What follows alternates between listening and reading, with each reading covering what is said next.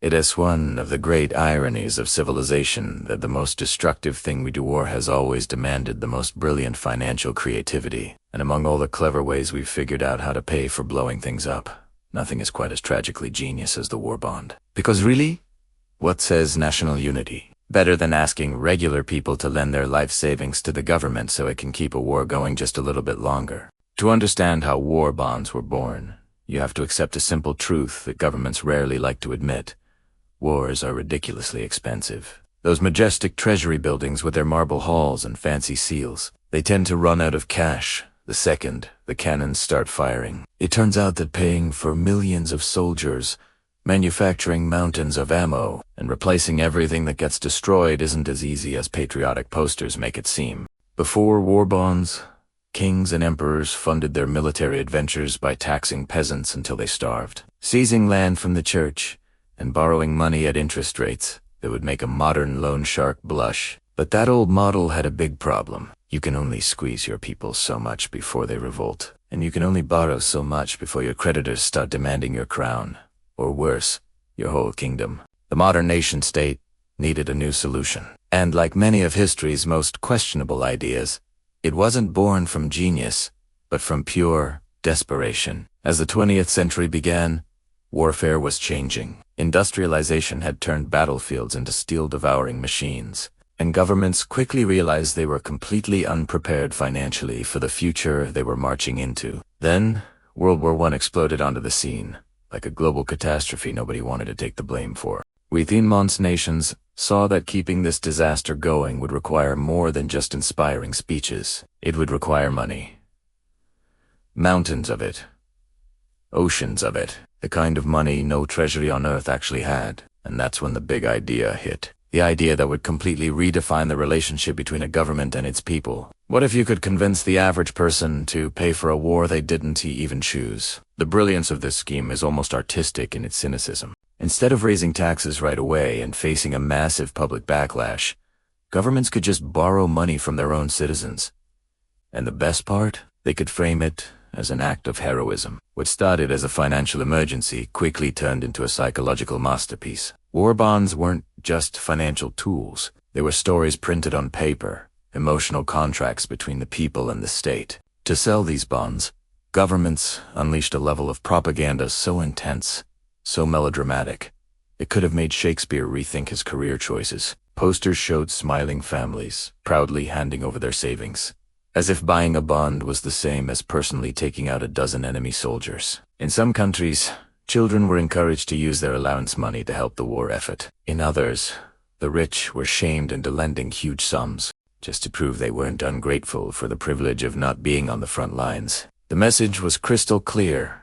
Buy a bond, save your nation. Buy a bond, prove you're a loyal citizen. Buy a bond, or admit that you might be part of the problem. This propaganda machine didn't just appeal to patriotism. It weaponized guilt, pride, fear, and that deep human need to belong to something bigger than yourself. It was emotional engineering on a national scale, and it was shockingly effective. Governments had turned the act of borrowing into a moral duty.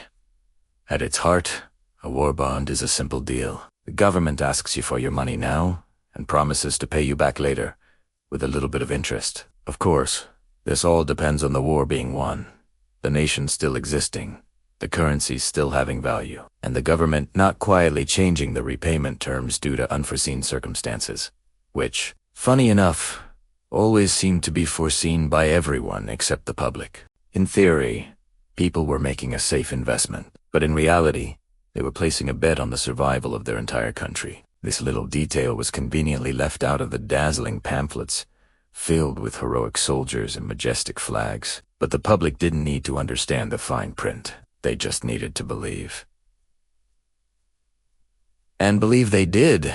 During World War I, countries like the United States, Britain, Germany, and France raised unbelievable amounts of money through bond sales. Entire economies were transformed into engines of wartime debt, fueled not by big banks, but by millions of ordinary people, factory workers, farmers, school teachers, all buying bonds with the desperate hope that their small sacrifice would help secure victory. It was the ultimate democratization of war finance. Now, everyone could help pay for national survival, whether they really wanted to or not. The dark genius of this system is how it created a sustainable cycle of dependence. Once governments discovered how well war bonds worked, they became a standard tool, almost a reflex. Need more artillery? Issue bonds. Need more ships? Issue bonds. Planning a long, drawn-out conflict that will probably wreck your economy. No problem, the citizens will pay for it, and they'll even thank you for the opportunity. War bonds became the financial backbone of modern conflict, turning national debt into a strange form of national endurance. They allowed wars to go on for much longer than they ever should have. But there's a moral paradox at the center of all this that's almost too absurd to grasp. The very citizens who suffered the most from the economic hardships of war the ones paying higher prices, working longer hours, and sending their family members off to fight were also the ones financing the machine that was causing all that hardship. It's one of the most audacious feedback loops in history. War causes suffering. That suffering convinces people to contribute their savings. Those contributions fund more war. More war causes more suffering. And on it goes. And somehow, governments manage to package this entire twisted cycle and sell it back to the public as an act of heroism. By the end of the First World War, the war bond had gone from a desperate, last-minute idea to a sophisticated, well-oiled machine of public finance. Nations learned that you could mobilize your citizens' wallets just as effectively as you could mobilize their bodies for the army, and that discovery would haunt the rest of the 20th century. The invention of war bonds did more than just fund battles. It completely redefined the role of a citizen. People were no longer just spectators or victims of war. They were now investors in it, shareholders in the business of conflict, stakeholders in destruction. The story of the war bond isn't just about financial innovation. It's a story about how modern governments learned to harness belief, fear, pride, and hope to fund the most ruinous projects imaginable. It is a story of how nations discovered that survival in war depends not just on soldiers and steel, but on the wallets and emotions of the very people who have the most to lose. And the echoes of that discovery can still be heard in every government debt instrument issued today. So, you're the government, and you've decided to go to war. Great! But there's a problem. Wars are ridiculously expensive. In our last video, we covered why governments needed to borrow massive amounts of money through war bonds. Today, we're rediving into the juicy part. How they convinced millions of ordinary people to hand over their life savings to fund the carnage. This wasn't just a financial campaign. It was a masterclass in psychological manipulation. So brilliant and so dark, it deserves its own exhibit in the Museum of Human Persuasion. The propaganda machine didn't just wake up one day. It roared to life, sleek, disciplined, and absolutely relentless. It transformed simple patriotic posters into a full-scale psychological onslaught that blurred the line between civic duty and emotional blackmail. Governments became expert storytellers, spinning tales that turned a simple financial transaction into a profound moral obligation. Your private savings were no longer yours. They were public ammunition. How did they do it? It wasn't about advertising bonds. It was about harvesting human emotions on an industrial scale. Fear, pride, shame, hope. They mixed this potent cocktail and served it to the entire population. They discovered a brutal truth. If you want people to fund a war, don't bore them with interest rates or repayment schedules. Talk about monstrous enemies at the gate. Talk about protecting the homeland. Talk about the future of their children. Talk about their entire way of life being erased. Then, just casually mention that buying a little piece of paper a war bond days, the only thing that can stop it all from collapsing. The formula was devastatingly simple. First, create crippling anxiety. Second, offer a patriotic way to relieve that anxiety. And third, repeat this cycle until the national treasury is overflowing. Modern marketing gurus, take notes. This was the original masterclass in influencing human behavior, and let's be real. The true heroes of wartime fundraising weren't the generals or the bankers. They were the illustrators, the poster artists. These were the silent architects of the war economy, crafting images that bypassed all logic and shot straight for the heart. Some posters showed monstrous, shadowy enemy soldiers looming over innocent families, visually screaming that your savings account was the only thing standing between civilization and utter barbarism. Others depicted handsome, smiling soldiers, their eyes seeming to say, "Hey, I'm over here risking my life. The least you can do is lend the government a few bucks." But the most effective, the most cunning, were the guilt posters. These usually featured a worried mother clutching her child, with a caption that might as well have said, "If you don't buy war bonds, who's going to protect them?" It is amazing what people will do when you subtly imply they re a bad parent for not wanting to go into debt for the state. The message was clear.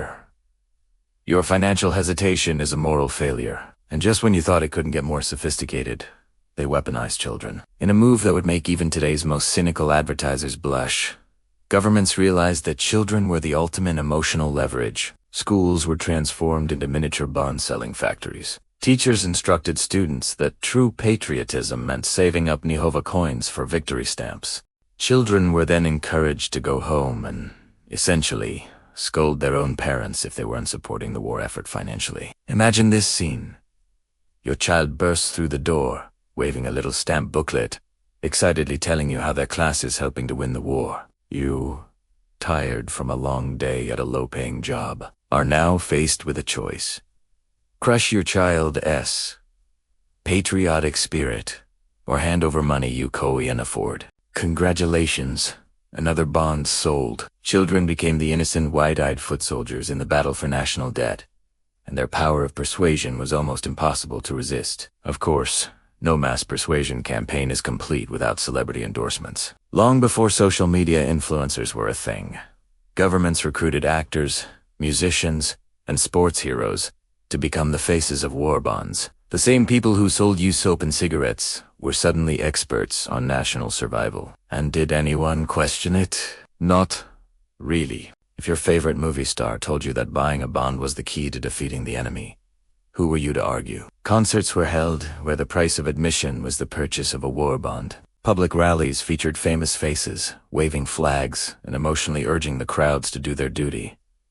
Even silent film stars, ironically, lent their image to the cause. This was the birth of a phenomenon we know all too well today. The complete merging of entertainment and national policy. Patriotism was no longer just a feeling.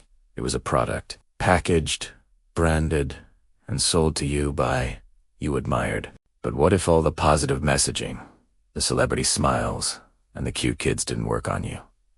No problem. The government was more than happy to switch to a much darker tactic: collective shame. Communities began publishing lists of bond buyers in local newspapers and on public bulletin boards. Your name was either on that list, celebrated as a patriot, or it was conspicuously absent, leaving your neighbors to wonder about your loyalty. Nothing motivates generosity quite like the fear of being seen as a traitor. In Sometones committees, criterios went door to door, politely inquiring why a particular family hadn't yet contributed. Can you imagine trying to explain that you can barely afford to put food on the table, while a group of your most patriotic neighbors stare at you, their eyes silently accusing you of sabotaging the war? The pressure was immense. Buying a bond was no longer a voluntary act of support. It became socially compulsory. The line between civic responsibility and outright coercion was completely erased. Propaganda also targeted women with surgical precision, not because governments wanted them on the front lines, but because they controlled the household budgets and, more importantly, the emotional temperature at home. Posters depicted women as the moral guardians of the war effort. Some showed wives urging their husbands to prove their loyalty by purchasing bonds. Others showed anxious mothers praying for the safety of soldiers, a safety directly linked to the financial support of the public. The underlying message was unmistakable. A good wife, a good mother ensures her family supports the war. A bad one, well, she's practically helping the enemy. In this way, women were drafted, not into the army, but into a different kind of war.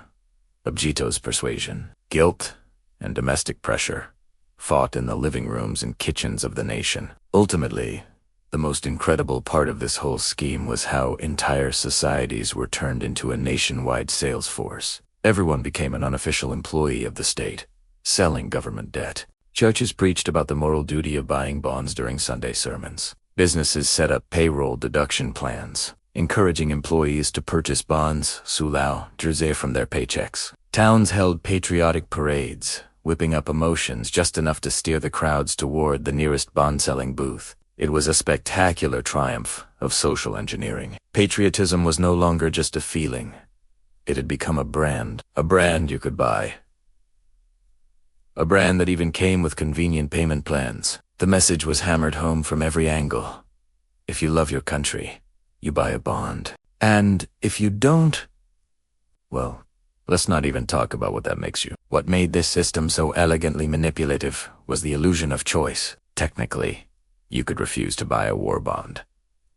But socially, emotionally, politically, good luck with that. The government didn't need to pass a law forcing you to buy bonds when it had already engineered a culture where not buying them was unthinkable, almost scandalous. It was the art of voluntary coercion, making people believe they were freely choosing the one option that had been pre-selected for them as the only socially acceptable path.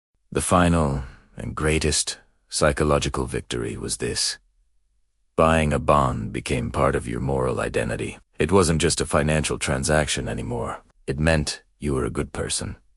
You were decent, responsible, loyal, and courageous. You weren't just lending money to the government. You were taking a personal stand in an epic struggle between good and evil. And once a behavior gets tangled up with people's sense of virtue, they will cling to it with fervor. The government had successfully turned war finance into a moral economy, a marketplace where the currency wasn't just money, but righteousness itself. In the end, mobilizing the masses for war was more than just a financial success. It was a psychological masterpiece. Governments conducted an emotional symphony so powerful, so pervasive, that millions of citizens felt compelled to fund conflicts they often didn't understand, couldn't prevent, and might never personally benefit from. The propaganda machine was efficient, elegant, and utterly merciless.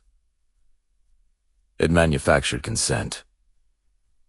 It packaged patriotism, it monetized fear, and it turned ordinary people into the financial arteries of war, proving that the most powerful weapon isn't a bomb or a bullet, but the ability to control what people feel. If Part 1 explained how governments discovered the financial magic trick known as war bonds, and Part 2 revealed how they manipulated entire populations into buying them, Part 3 brings us to the heart of the matter, how these bonds actually powered the war machine itself. This is where the elegant facade shatters, and we confront the grim, mechanical truth. War isn't just a geopolitical conflict. It's a colossal industrial project. Factory of destruction fueled by money, sweat, metal, and the delusion that your side is morally superior. And the fuel that kept this engine roaring, spitting fire across continents, wasn't courage or strategy.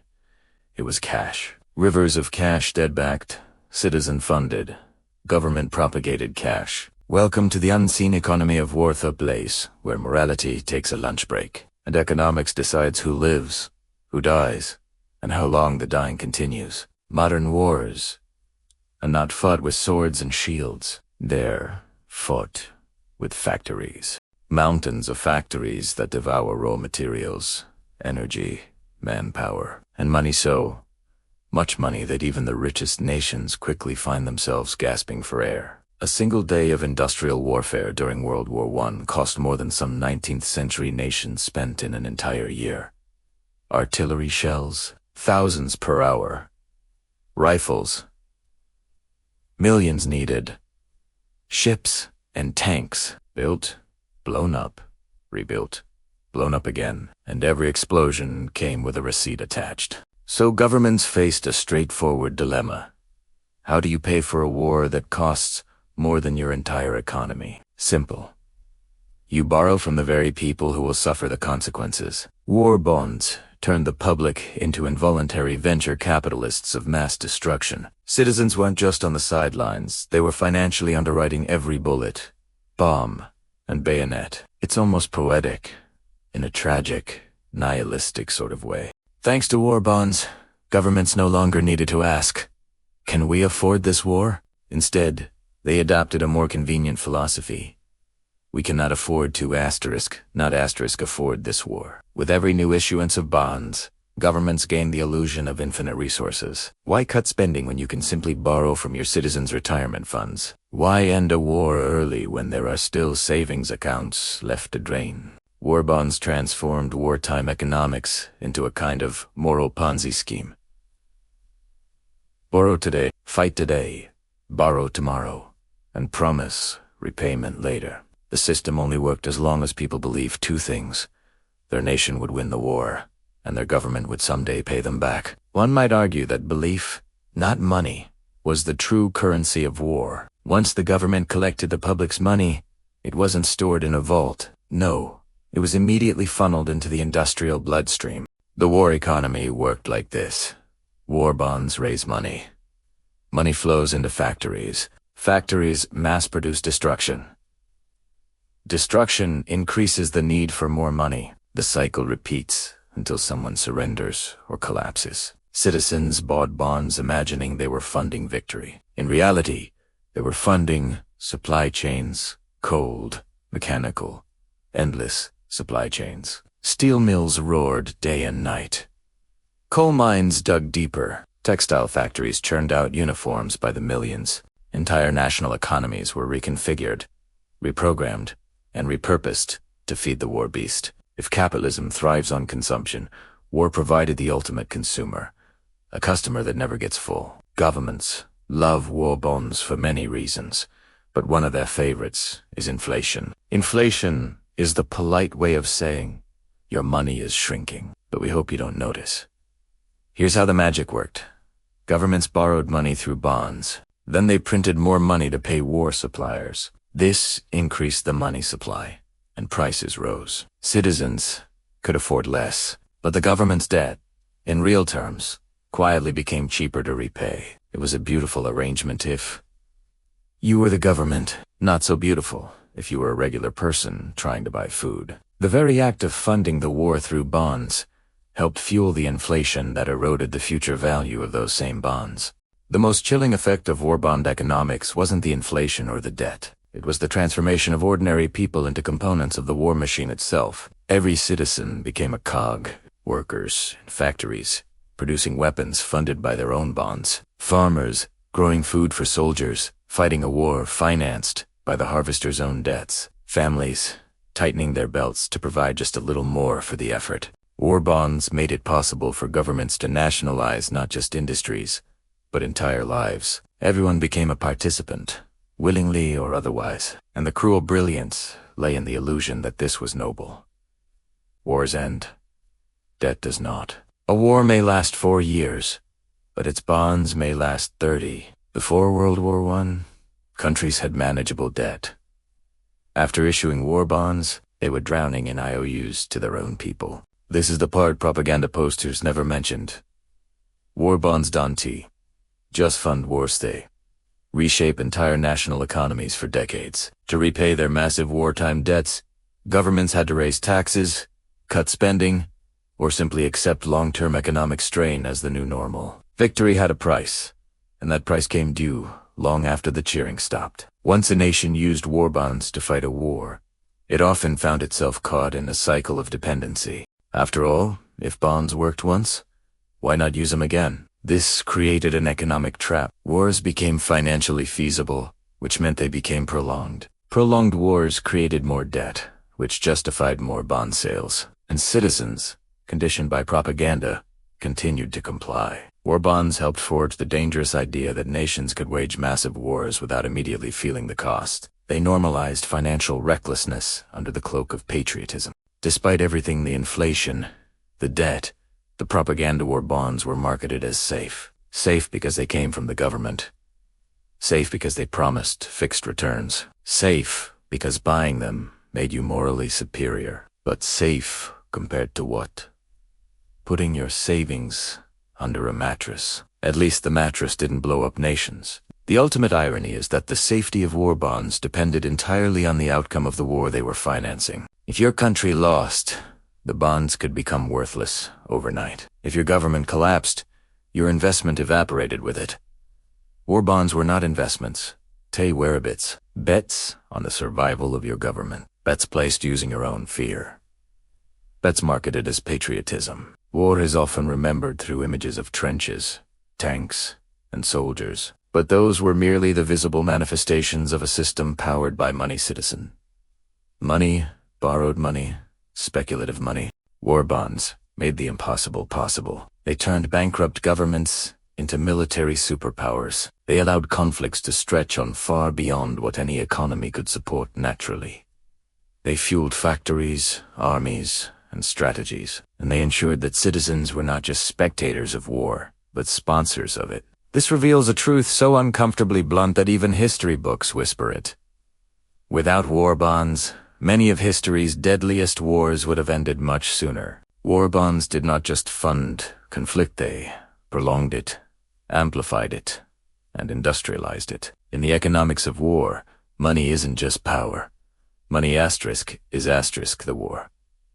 If war bonds were the polite handshake between citizens and their government during wartime, then this is the moment we examine that handshake and realize slowly, uncomfortably, that the government never intended to let go. Because behind the inspirational posters, boasting speeches, and rousing orchestras urging citizens to do their part, there existed an entire machinery of power politics, financial manipulation, and long-term national consequences that were conveniently omitted from the fine print. War bonds, as it turns out, were never just a way to support the troops.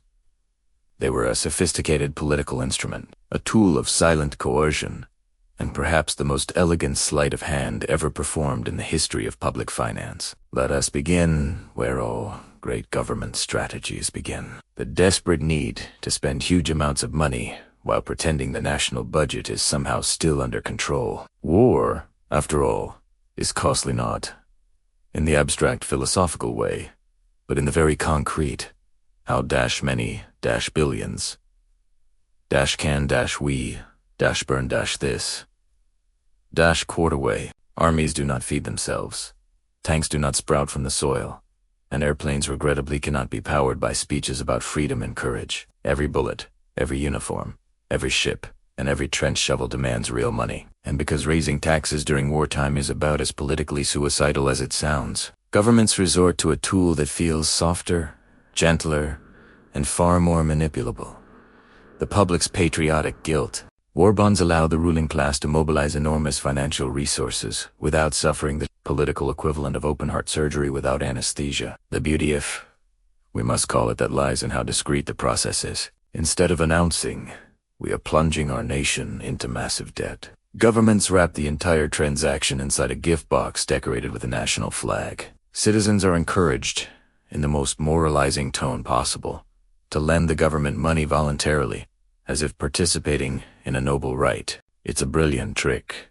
Transform a looming fiscal crisis into a grand civic ceremony. Suddenly, debt becomes virtue, austerity becomes sacrifice, and patriotism becomes an interest-bearing financial instrument. But behind the pomp and fanfare sits another, far less glamorous truth. War bonds give governments immense political leverage. When millions of citizens hold government-issued debt, they become financially invested in the war's outcome, sometimes literally. A prolonged conflict or a humiliating defeat could tank the bond market, impoverish families, and destabilize the entire economy. This creates a quiet but powerful incentive for the public to support just a bit more fighting and just a little more sacrifice. Because their savings are tied directly to the state's success on the battlefield, bondholders, without realizing it, become long-term shareholders in the machinery of war. In other words, war bonds help governments ensure domestic compliance. They transform the population from passive observers into deeply involved stakeholders. And what a marvelous arrangement for those in power. Citizens fund the war, support the war, and then feel compelled to defend the war, because not doing so would mean jeopardizing their own money. The political genius is undeniable. The ethical implications, far murkier. To deepen the plot, consider how governments leverage war bonds to reshape political narratives. The act of buying a bond becomes synonymous with loyalty, obedience, and national unity. Those who do not participate, whether because they are skeptical, poor, or simply uninterested, quickly find themselves painted as apathetic at best, suspicious at worst. The state's messaging machinery expertly reframes financial compliance as moral compliance. What begins as a financial transaction ends as a social obligation. No legislation is required. Guilt does the job beautifully. This is why propaganda and politics merge seamlessly in the bond-buying campaigns of the 20th century. When a government needs millions to pour their life savings into war financing, it does not rely on polite fiscal education. It deploys celebrity endorsements, heroic imagery, sanitized battlefield narratives, and appeals to fear. Buy bonds, or the enemy wins. A bond advertisement may feature grateful soldiers saluting, smiling children waving flags, and quotes promising a prosperous future, but it never includes a bar chart of post-war inflation projections. Oddly enough, and inflation, of course, is the silent guest at every war bond banquet. Governments may promise stable returns, but history shows that wartime inflation often erodes the real value of bond repayment. In plain terms, citizens lend the government valuable money during wartime and receive comparatively weakened money years later. The government wins twice. First, by securing cheap financing, and second, by paying it back in currency, gently eaten away by inflation. It is a masterclass in financial subtlety, one that borders on dark comedy. Then there's the political aftermath.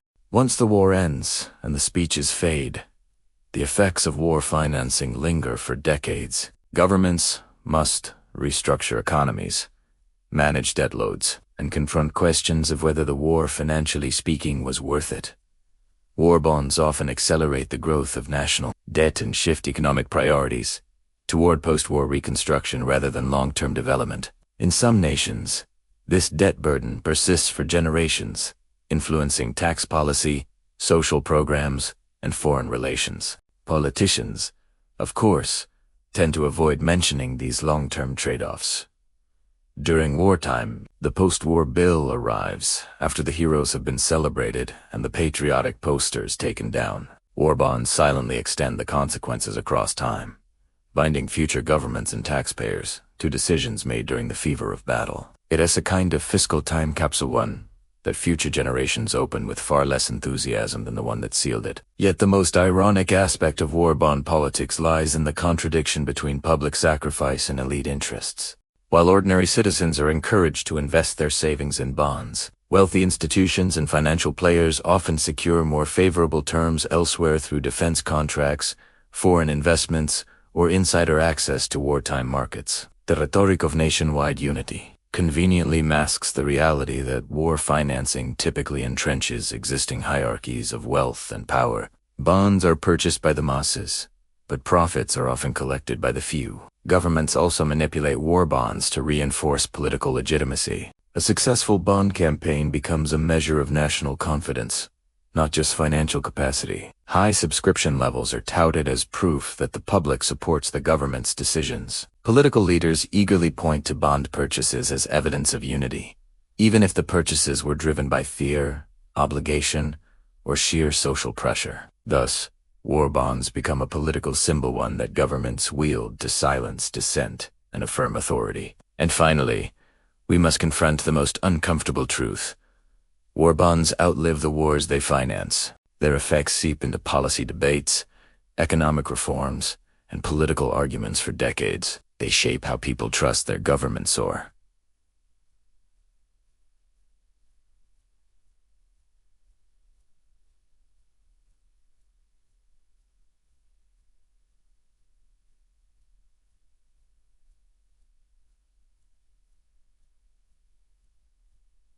distrust them. They establish precedents for future crises. If citizens willingly funded one war, why not another? The mechanism repeats, refined each time, absorbing new technologies, new forms of propaganda, and new layers of political manipulation. In the grand narrative of financial history, war bonds are not simply instruments of debt. They are instruments of power. A government that can borrow billions directly from its citizens gains not only money but a remarkable degree of control over national sentiment, social behavior, and political discourse. War bonds promise repayment, but in reality, they cost far more than the interest printed on the certificates. They cost societies decades of economic readjustment, families years of savings, and nations untold tensions between the ideal of patriotism and the reality of politics. And through it all, the government smiles politely, reminding you that you did the right thing and that your sacrifice was essential. After all, if you can turn war into a patriotic investment opportunity, why not? If you've stayed with me from the start of this series, you've probably noticed a pattern. War bonds, sold as these heroic, nation-saving tools, have this uncanny habit of leaving behind some inconvenient consequences. They do it so quietly, so elegantly, that by the time a nation figures out what happened, the posters have faded and the public has forgotten all about the fine print.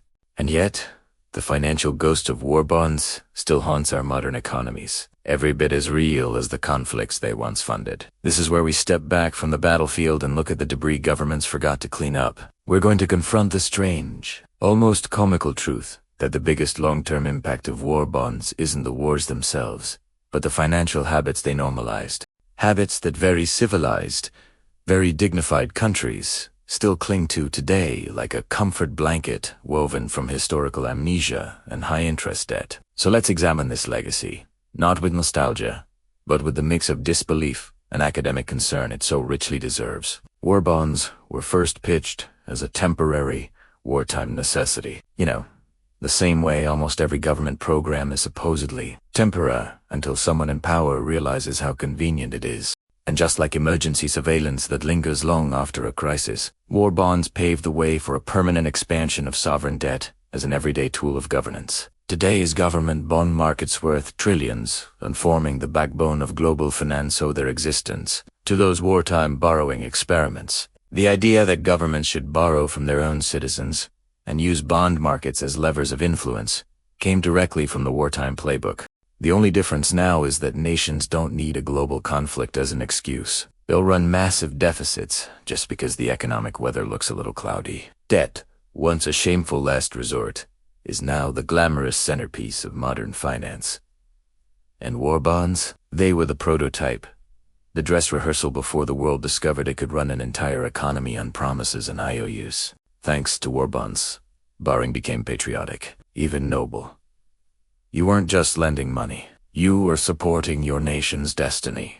Governments found this rhetoric intoxicating, and once they saw how well it worked, they decided to keep the party going. What began as wartime survival mutated into a full-blown cultural shift.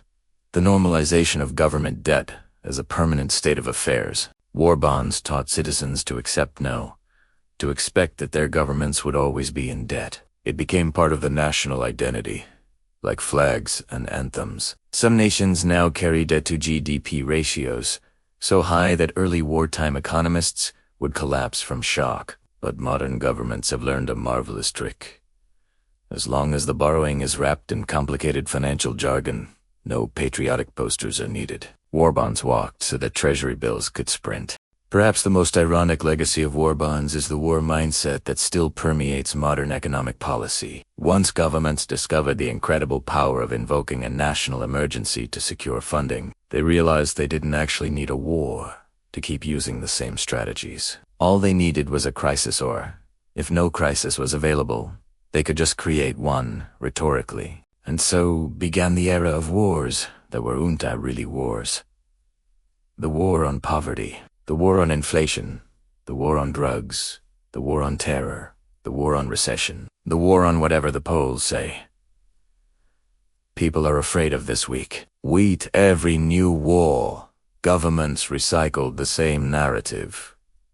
Urgency, sacrifice, unity, and financial compliance disguised as civic duty. The psychological infrastructure built by war bond campaigns, that potent mix of fear and duty, never went away. It just evolved. Modern financial systems, in short, still behave as if a global conflict is always just around the corner. And we can't forget one of the most delightful legacies of war financing. Inflation, persistent, pervasive, and deeply inconvenient. During wartime, Inflation was the quiet accomplice that allowed governments to repay bonds with money worth less than the money they borrowed. And because the strategy worked so flawlessly, inflation became an acceptable, even predictable, outcome of public borrowing. Fast forward to today, and inflation has matured into a global pastime. Nations treat it like an unruly but beloved pet, annoying and destructive, but ultimately tolerated. The post-war world learned to accept inflation as the natural byproduct of large-scale debt. Because war bonds normalized this, the modern financial system now treats inflation targeting as a sophisticated art form. In other words, war bonds taught governments that they could control the economy with threats and manipulation, while inflation served as the polite apology for everything that came after. War bonds also left a deep political imprint. Governments discovered that mass participation in public debt creates a sense of national cohesion, even if it's superficial. The act of buying a bond gave citizens a false but comforting sense of involvement in state affairs. They felt empowered, valued, maybe even influential. In reality, the political elite gained far more from this arrangement than ordinary people ever did. Today, we see the echoes of this everywhere. Bond markets influence elections, shape foreign policy, and dictate national budgets. Politicians obsess over bond yields, the way generals once obsessed over troop movements. A small spike in borrowing costs can cause more panic in a government than a foreign invasion. The power dynamic has flipped, but the psychological mechanism is the same. War bonds didn't just shape economies, they reshaped politics. Perhaps the most enduring legacy lies in the financial innovations war bonds inspired. Today's financial world is overflowing with sophisticated instruments. Sovereign bonds, municipal bonds, treasury notes, savings bonds, and even, yes, war bond REIT. All of them owe their existence to those early experiments in mass funding. War bonds proved that people could be persuaded through patriotism, fear, or a well-designed poster to hand over staggering amounts of money if the narrative was strong enough. Today, that narrative has simply shifted from help win the war to maintain economic growth. Different goal, same mechanism. The final irony is that war bonds survive in our world not because nations love debt, but because their legacy became invisible through repetition. The memory of how they worked, how they influenced public sentiment and expanded state power, gradually faded into myth. Modern financial systems pretend to be advanced, yet they rely on principles born in the trenches of global conflict. Governments pretend borrowing is benign, and we pretend the debt is manageable. But beneath it all lies the unmistakable blueprint of war bonds. A world built on borrowed money, borrowed time, and borrowed narratives. The great, unspoken truth is that war bonds never really disappeared. They just changed uniforms.